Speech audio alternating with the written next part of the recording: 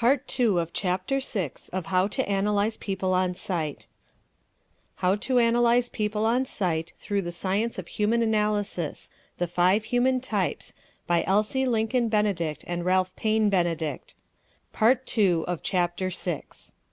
Part 2. Love and the Thoracic. The Thoracic in love exhibits the same general traits which characterize him in all his other relationships. The most beautiful woman.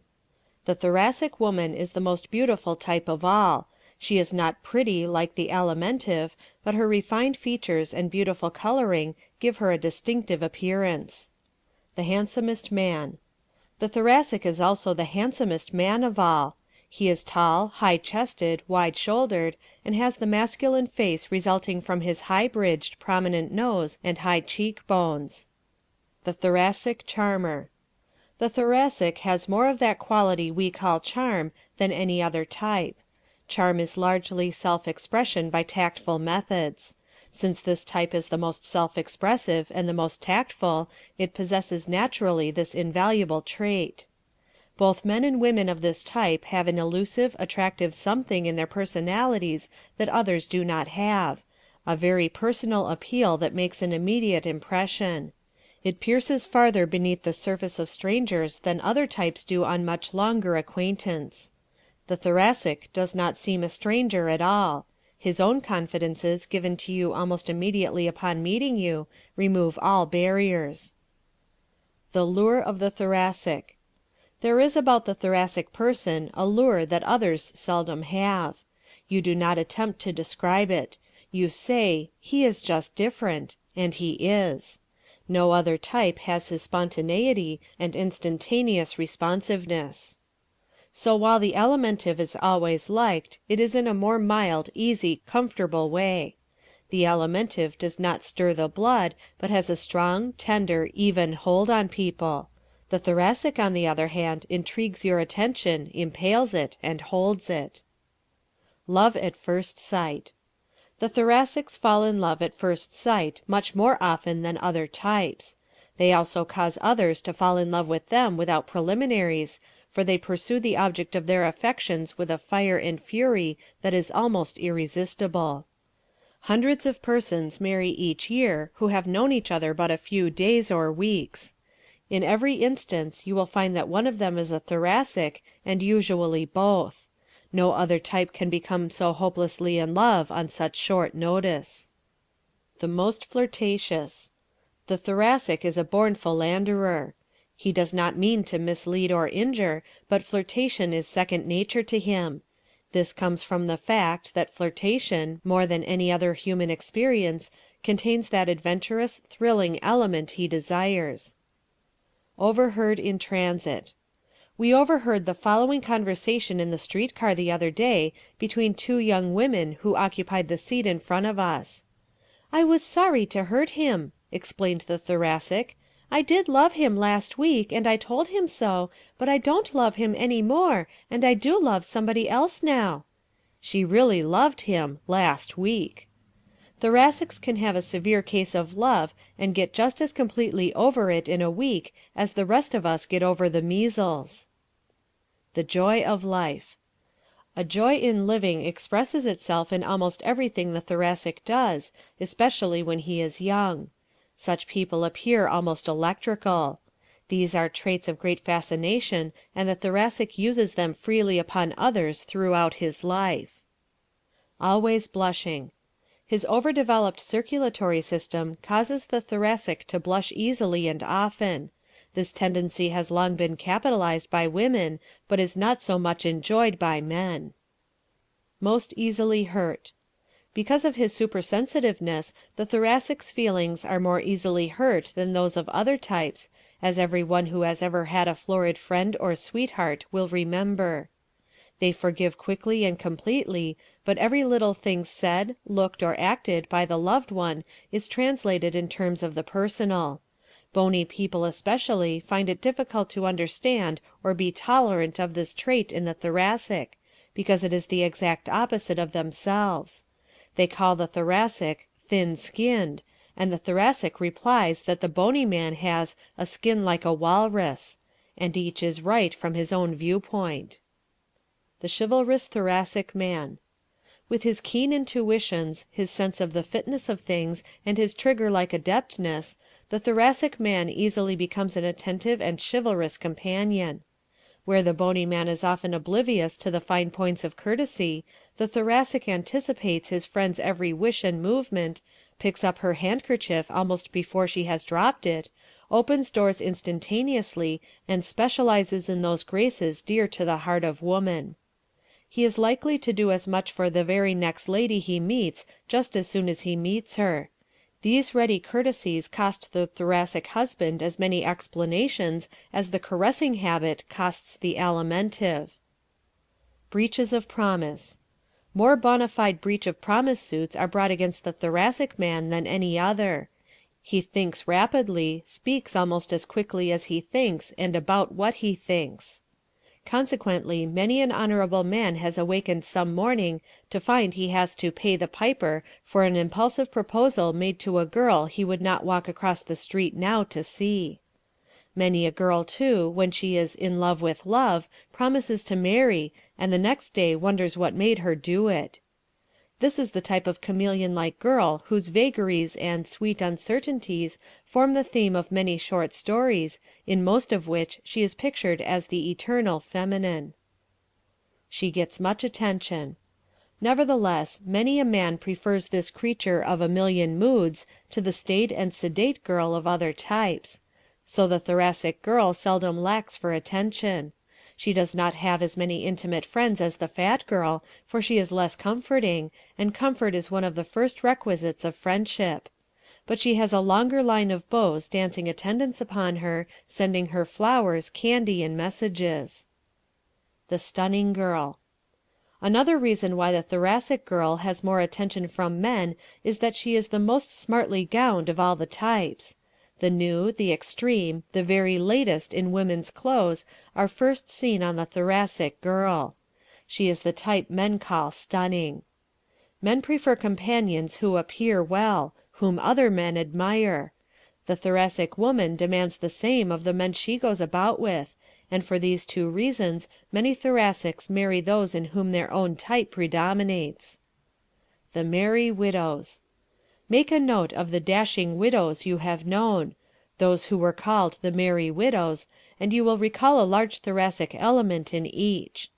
For this type of woman, unlike the home-keeping Alimentive, enjoys being a widow and remains one. She usually has many chances to remarry, but her changeable, gaiety-loving nature revels in the freedom, sophistication, and distinction of widowhood. The appearance of endless youth given by her alive, responsive personality deceives the most discerning as to her age. The woman of 50 who enthralls the youths of 25 is usually of the Thoracic type. Refuses to grow old. This woman refuses to grow old just as the Alimentive refuses to grow up. She clings to her beauty as does no other type. She it is who self-sacrificingly starves herself to retain her slenderness, who massages and exercises and cold creams herself hours a day before the shrine of eternal youth. Her high color, all her own, is a decided asset in this direction. This woman devotes as much attention to her grooming at 60 as the Alimentive does at 20. For this reason you may any day see two women of 40 together, one an Alimentive and the other a Thoracic, and take the plump one to be several or many years older than the florid one. Love the bright lights. Thoracic men and women care more about the bright lights than other types. The Alimentive likes what he calls a good time, with fun and plenty of refreshments, but the Thoracic's idea of a good time usually includes a touch of high life. This all comes from his love of thrill and novelty, and is innocent enough. But it leads to misunderstandings and broken homes unless the Thoracic marries the right type of person. The Osseous, for instance, has nothing in his consciousness by which to understand the desire for excitement which is so strong in the Thoracic. We have all known good wives and loving mothers whose marital happiness was destroyed because they could not compel themselves to lead the drab existence laid out for them by their bony, stony husbands. In many cases the wife, who only wanted a little innocent fun, was less to blame than her unbending spouse. Why She Went Insane. One day several years ago we drove up to a lonely farmhouse in Montana just as a tragedy was enacted. The mother was being taken to the state asylum for the insane. The 7 little children watched the strange performance, unable to understand what had happened. The father, a tall, raw-boned, angular man, was almost as mystified as the children. "Crazy?" he said. "I don't believe it. Say, what did she have to go crazy about? She hasn't seen anything to excite her. Why, she's not been off this farm for 20 years." The Gay Devil Husband. The same thing happens every day between severe, bony wives and their florid, frolicking husbands. "She is a perfect housekeeper and a good wife," exclaim her friends. "Why should her husband spend his evenings away from home?" These questions will continue to be asked until we realize that being a good housekeeper and a good wife does not fill the bill with a Thoracic man.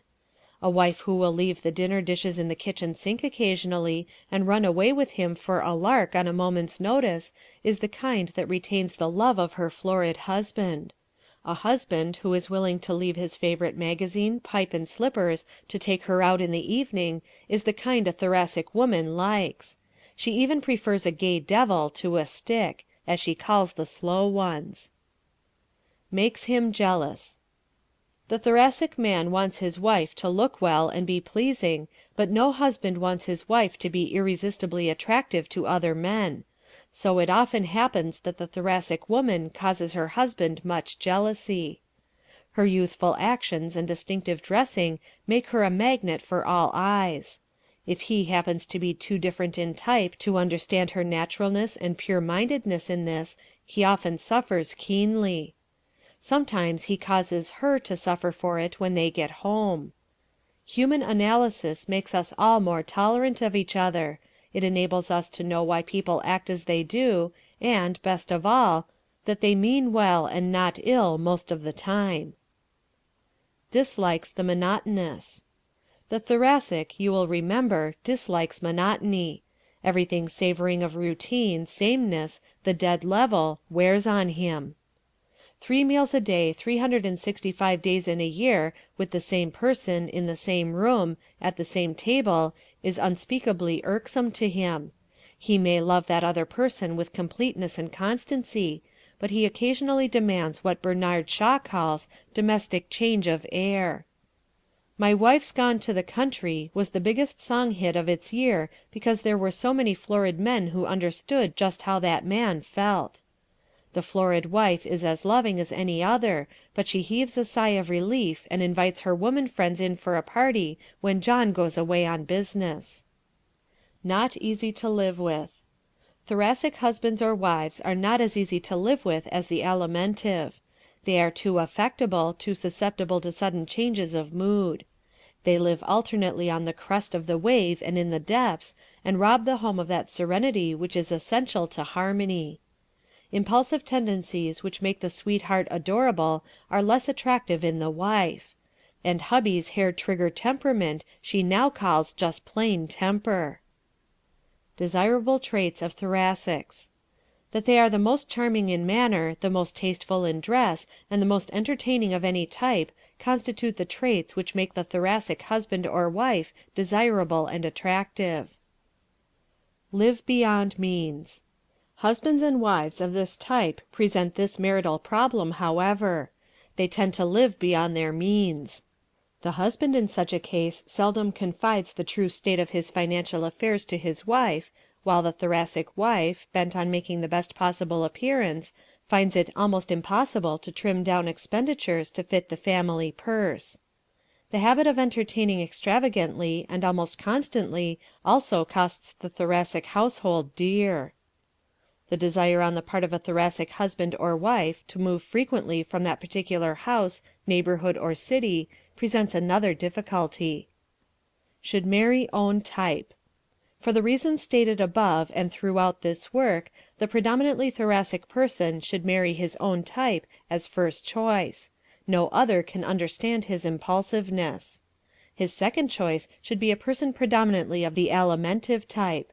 The Alimentive is more like the Thoracic than any other, and in the places where they differ the Alimentive gives in with better grace than other types. The third choice may be a predominantly muscular person.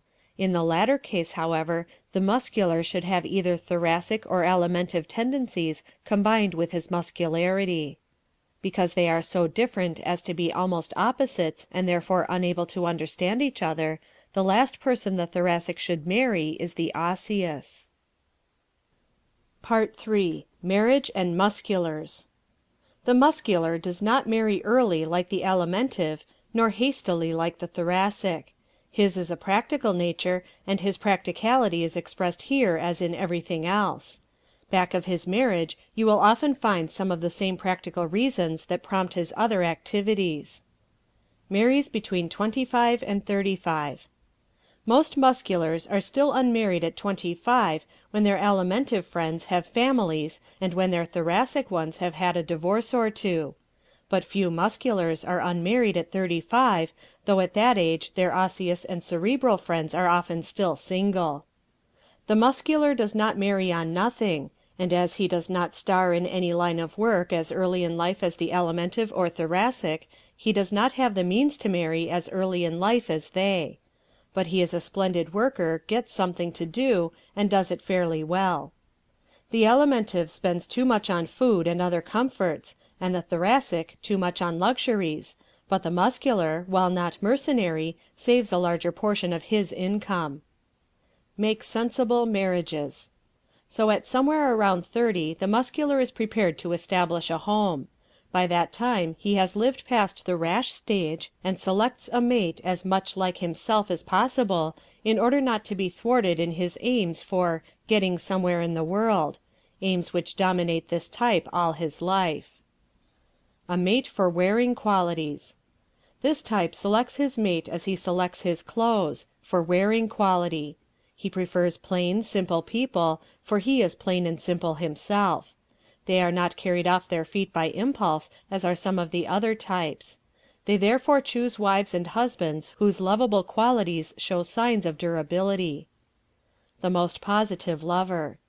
The muscular makes love almost as strenuously as he does everything else. He does not do it especially gracefully like the Thoracic, nor caressingly like the Alimentive, but intensely and in dead earnest. He does not cut short the courtship like the Thoracic, nor extend it for years like the Osseous, but marries as soon as the practical requirements can be met. The Alimentive is the most affectionate in love, and the Thoracic the most flirtatious, but the muscular is the most positive. The fatal handicap. The muscular has more strong traits than any other type from the marital point of view, but he has one weakness of such magnitude that it often counterbalances them. His pugnacity causes him to give way frequently to violent outbursts of anger. In them he says bitter things that are almost impossible to forgive. This type's chief handicap in all his relations is his tendency to fight too quickly, to say too much when angry, and thus to make enemies. In marriage this is a serious handicap which loses many an otherwise ideal husband or wife the chances for happiness. Another muscular trait which makes life difficult for his mate is his tendency to be so generous with outsiders that his family suffers. Also, this type of husband or wife is inclined to sacrifice the social side of family life to work, and thus widen the distance between husband and wife as the years go on. Desirable traits. Working capacity, generosity, and squareness are qualities making for the success of the muscular marriage. The muscular wife, more than any other, helps earn the living when things go wrong financially. The muscular usually dislikes flirtations and gives his mate little anxiety on this score. Mates for musculars. The muscular has 4 choices in the selection of a mate. There is but one type he should never marry, and that is the Osseous. The stubbornness of the Osseous, when pitted against the muscular's pugnacity, causes constant warfare.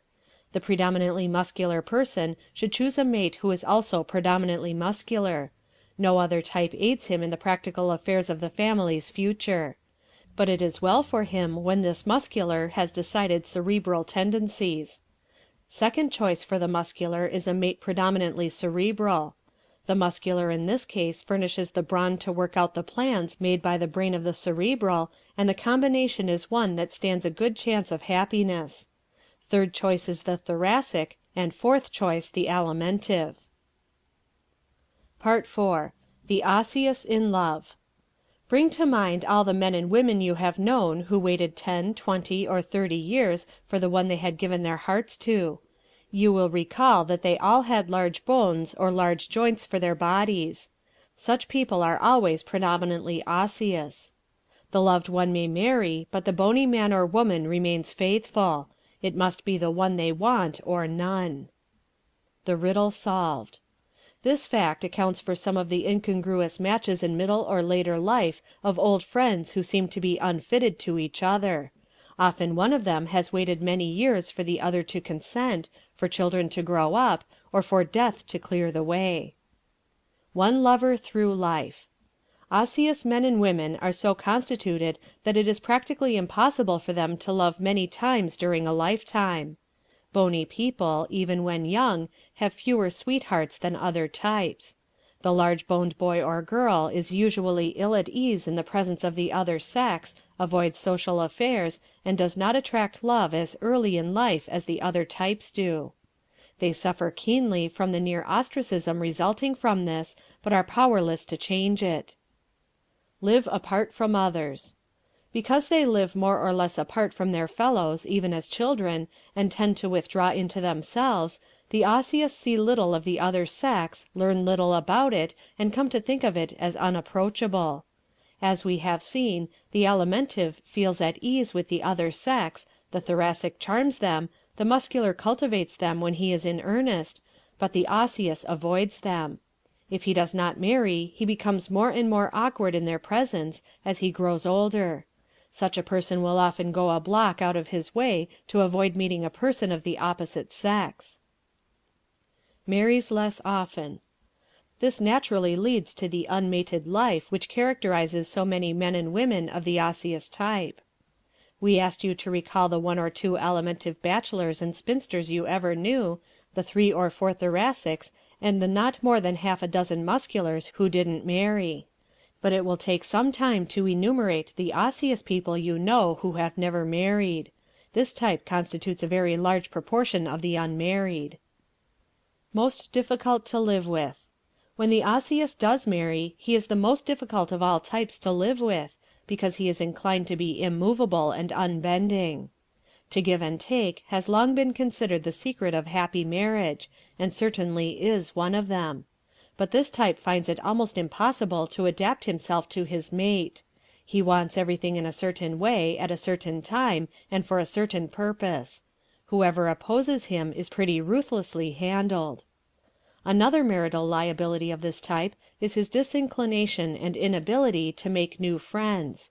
He contributes to the family circle only those few intimates he has had for years. Likes to dominate.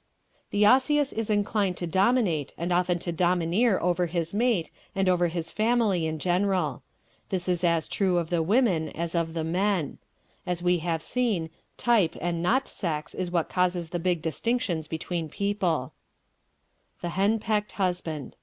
Whenever you see a henpecked husband, look at his wife. You will always find that she has either large joints, large bones, or a square jaw.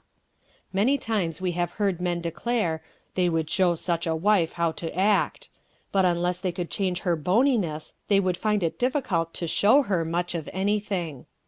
The reason the husband of such a woman seldom resists is because he is 9 times out of 10 an alimentive or a cerebral, types that prefer to be bossed rather than to boss.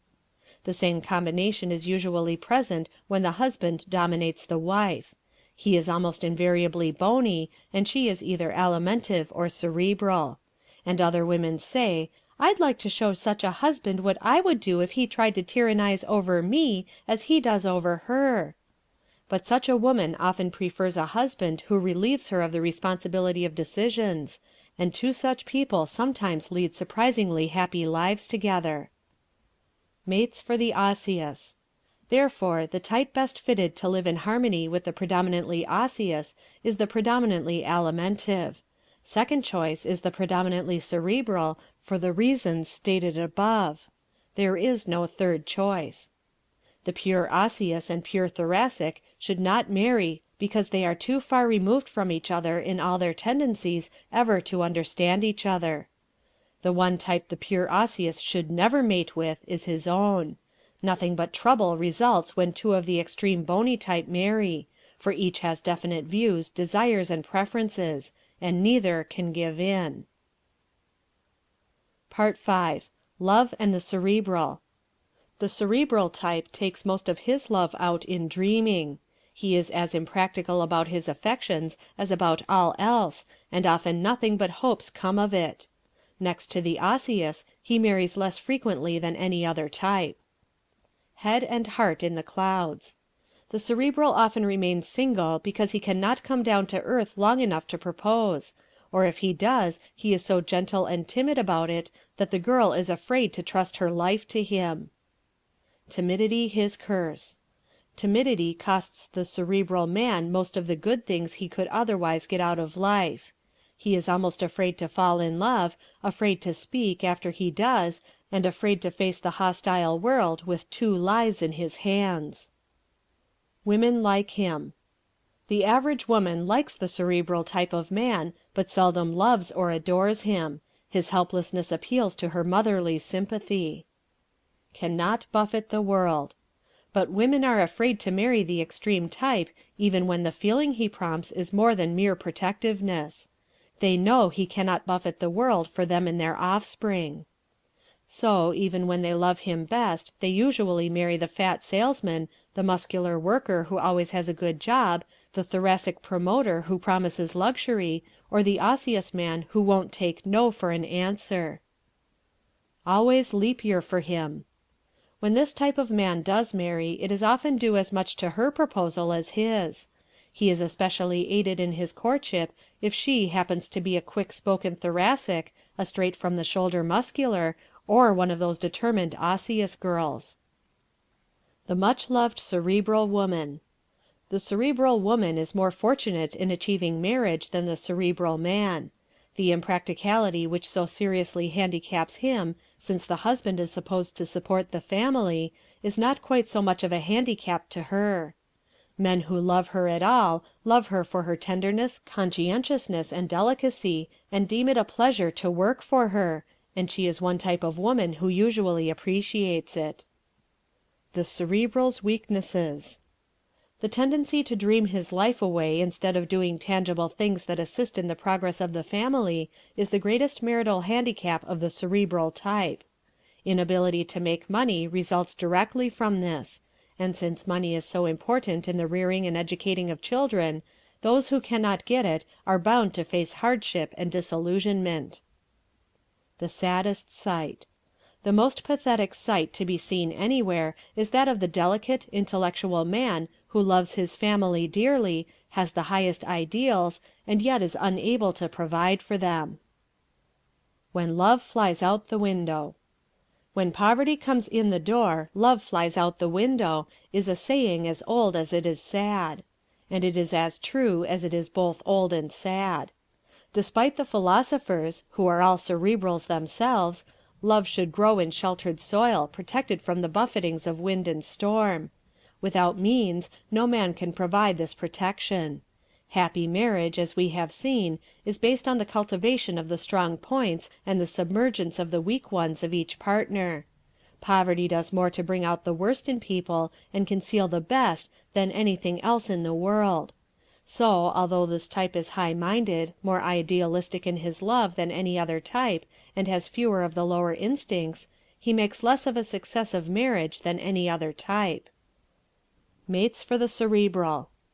Because he lives in his mind and not in his external world, the predominantly cerebral must marry one who also is predominantly cerebral. The reading of books, attendance at good plays, and the study of great movements constitute the chief enjoyments of this type, and if he has a mate who cares nothing for these things, his marriage is bound to be a failure. The cerebral he marries should, however, be inclined to the muscular also. Second choice for this type is the predominantly muscular, and the third choice is the osseous. The firmness of the latter is often a desirable element in the combination, for the cerebral does not mind giving the reins over to his osseous mate. He does not like driving, anyhow. The last type of all for the pure cerebral to marry is the pure alimentive, because it is farthest removed from his own type.